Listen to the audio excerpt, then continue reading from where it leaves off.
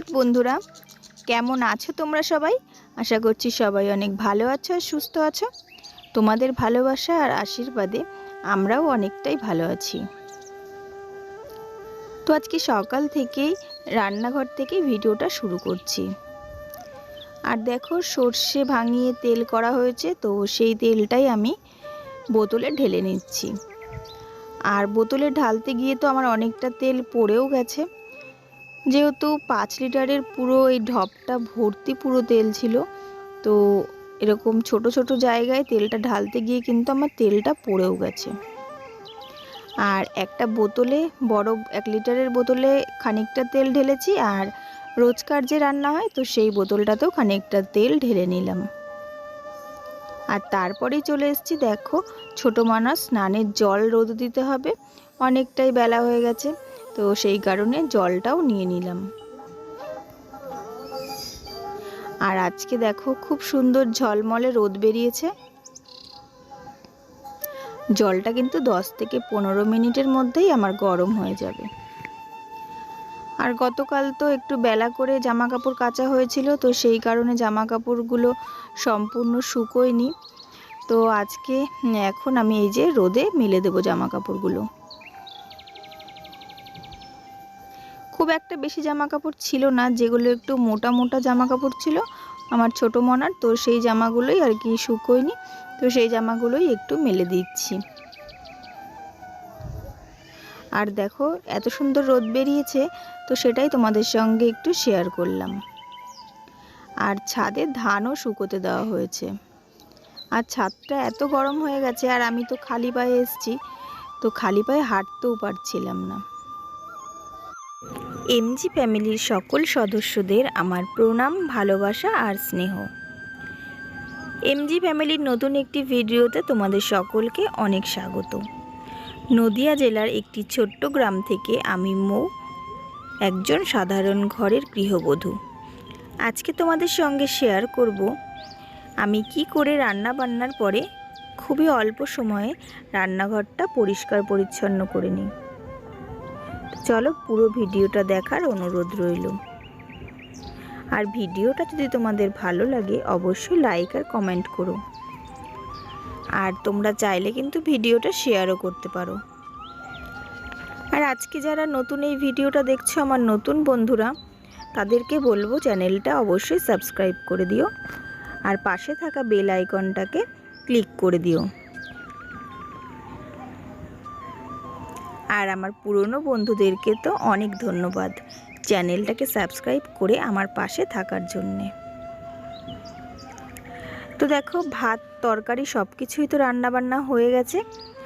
তো ভাতটা আমি বেড়েও নিলাম, আমার মনার খাবার তৈরি করার জন্য একটু নিয়ে নিলাম, আর ভাতের হাঁড়িটা অন্যদিকে সরিয়ে রেখে দিলাম। আর তারপরে আজকে ভাবছিলাম যে এই যে আমাদের এই মিট কেসটা রয়েছে, তো এই মিট কেসটাকে একটু পরিষ্কার করে নেব। তো সেই কারণে বসেও পড়লাম মিট কেসটা পরিষ্কার করতে। আর দেখো চারিদিকে তো ময়লাও হয়েছে মিট কেসটা একটু, কারণ বেশ অনেক দিনই হলো মিট কেসটা পরিষ্কার করা হয় না। আর সমস্ত কৌটো কাউটা আমি কিন্তু সব কিছু একবারে নামিয়ে নিয়েছি। আর তারপরে মিট কেসটা ভালো করে মুছে নিলাম। তো প্রথমে মনে করেছিলাম যে এমনিই হয়তো মুছে নিলে হয়ে যাবে, কিন্তু তারপরে দেখলাম যে মিট কেসটায় একটু তেল চিটে ভাবও হয়েছে। তো সেই কারণে আমি কি করলাম, একটু স্কচ ব্রাইট দিয়ে সাবান, বাসন মাজার সাবান আর কি লাগিয়ে আমি একটু ডলে ভালো করে পরিষ্কার করে নিলাম। আর তারপরে কিন্তু একটা ভিজে ন্যাকড়া দিয়ে ওটা মুছেও নিয়েছি। আর তারপরে একটা শুকনো ন্যাকড়া দিয়ে সেই ভিজে জায়গাটা আর একটু ভালো করে পরিষ্কার করে নিলাম। আর তারপরে দেখো যেখানে যে কৌটোগুলো ছিল সব কৌটোগুলো আমি আবার ভালো করে মুছে যেখানকার জিনিস তো সেখানে রেখে দিচ্ছি। আর দেখো এই যে 1 প্যাকেটের এই কিষানের এই কেচাপটা রয়েছে, তো এটা বাড়িতে একটা অনুষ্ঠান হয়েছিল, তো সেই সময় আনা হয়েছিল। তো সবটা আর কি ওই অনুষ্ঠানে কাজে লাগেনি, তো 1 প্যাকেট বাড়তি থেকেছিল। তো সেই কেচাপটা কিন্তু এখনও পর্যন্ত আমাদের শেষ হয়নি। বলাটা ভুল, কারণ আমাদের খাওয়াই হয় না, তো সেই কারণে কিন্তু কেচাপটা রয়েই গেছে। আর প্রত্যেকটা কৌটোই প্রায় খালি খালি হয়ে গেছে সব জিনিসপত্র, কারণ মুদিখানা বাজার অনেক দিন হয়েছে আনা হয়েছে, তো আবারও যেহেতু আনতে হবে। এদিকে ডাল, জিরে, হলুদ প্রায় শেষের দিকে।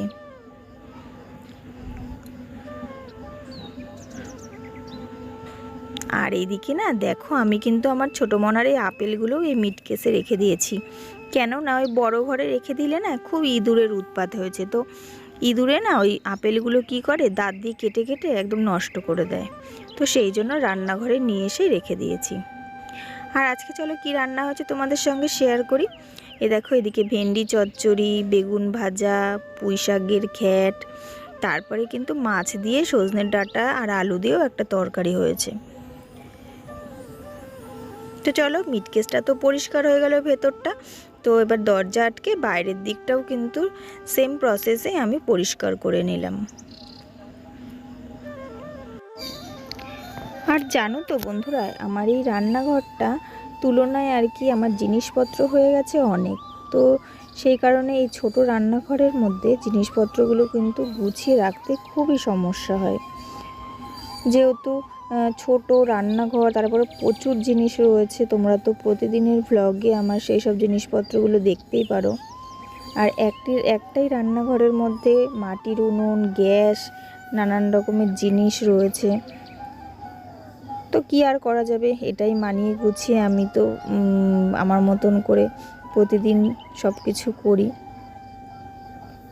আর দেখো, এইদিকে এই মিটকেসটার ওপরে যে থাকটা রয়েছে, তো সেখানটায় কিন্তু এইদিকে রোজকারের যে চা তৈরি করা হয়, তো সেই চায়ের সব সরঞ্জামগুলো রাখা হয়। তো দেখো, এখানে চা, চিনি, দুধ, তো এই সব জিনিসগুলো কিন্তু এই ঝুড়িটার মধ্যে রাখা হয়। তো সেইগুলোই আমি আবার নতুন করে পরিষ্কার করে মুছে টুছে রেখে দিলাম। আর এদিকে কাপগুলো দেখো রেখে রেখে পুরো জল ভর্তি হয়ে গেছে, তো সেগুলোও একটু পরিষ্কার করে নিলাম। তো দেখো, পরিষ্কার করার পরে কিন্তু এখন বেশ সুন্দর লাগছে দেখতে। আর এদিকে এই গামলাটার মধ্যেও কিন্তু সেম হয়েছে, যে প্রতিদিন যে বাটিগুলো থাকে সেই বাটিগুলো এখানটা ধুয়ে ধুয়ে রাখা হয়, তো এর মধ্যেও কিন্তু জল জমে গেছিলো, সেগুলোও আমি নামিয়ে পরিষ্কার করে নিলাম।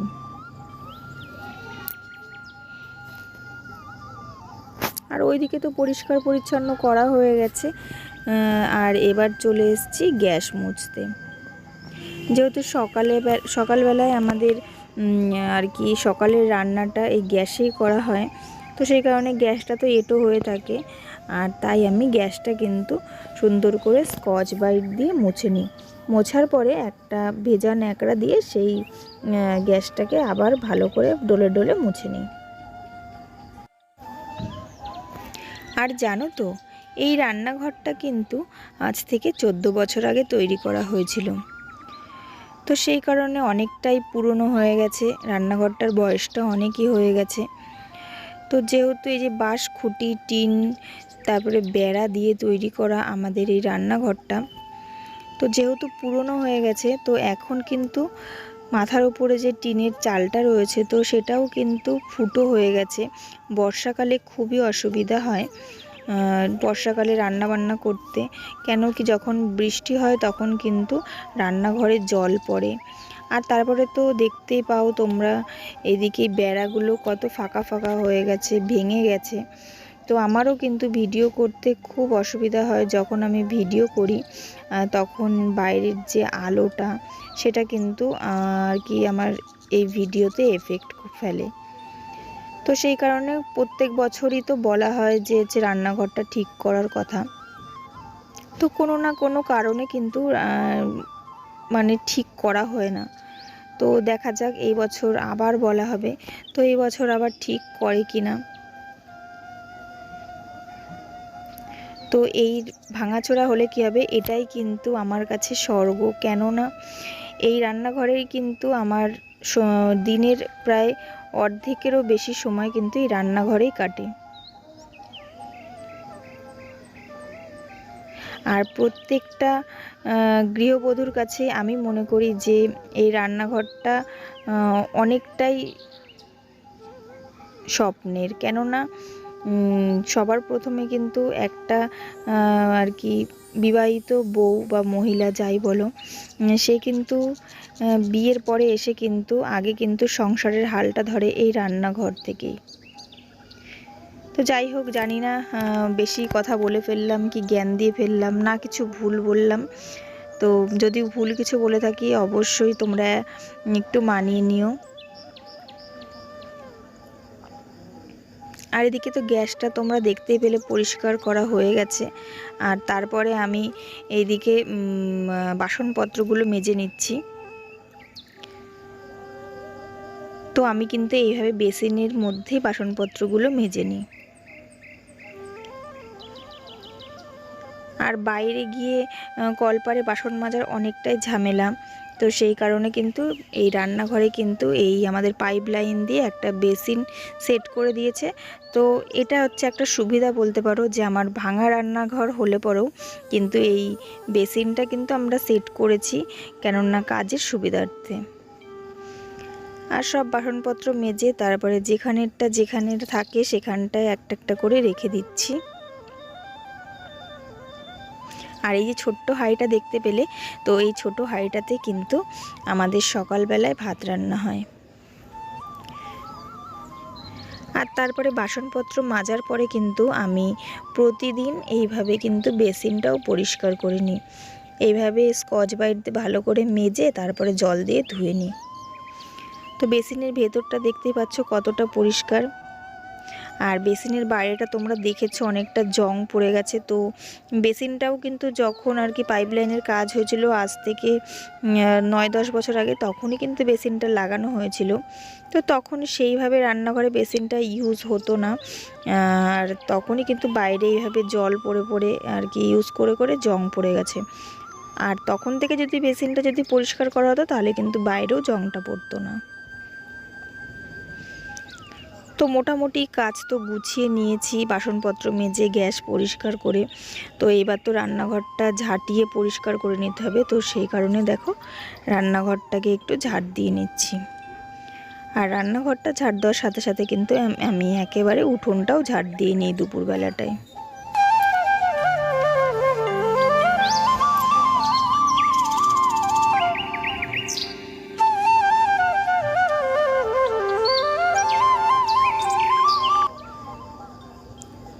তো আমার তো ঝাড় দেওয়া কমপ্লিট হয়ে গেছে। তো এবার আমি রান্নাঘরটা একটু লেপে নেব। তো রান্নাঘরটায় আমাদের স্নান করা রয়েছে, তো সেইভাবে ভালো করে স্নান করা নেই। তবুও কিন্তু আমরা এই রান্নাঘরটাতে এইভাবে মাটি দিয়ে লেপে লেপে এটা কিন্তু প্রায় মাটির মতনই করে ফেলেছি বলতে পারো। কেন বলছি, কারণ যেখানটা উনুন রয়েছে সেখানটা যেহেতু মাটির, তো মাটির ওটা মোছার পরে এটাও আর কি এই মেঝেটাও কিন্তু কেমন আর কি কালো কালো হয়ে গেছে। তারপর থেকে আমরা এটাও ওইভাবেই মেজে ঘষে নিই। আর দেখো সমস্ত কাজ তো কমপ্লিট হয়ে গেছে। আর দেখো পুরো রান্নাঘরটা পরিষ্কার করার পরে কত সুন্দর লাগছে দেখতে। যদিও বা ভাঙাচোরা রান্নাঘর, আমি আবারও বলছি, কেন না হচ্ছে যখন আমি ভিডিওটা করছি দেখো বাইরে থেকে কেমন আলো আসছে, কিন্তু তবুও এটাই হলো আমার কাছে স্বর্গ। ভিডিওটা এখানেই শেষ করছি, টাটা।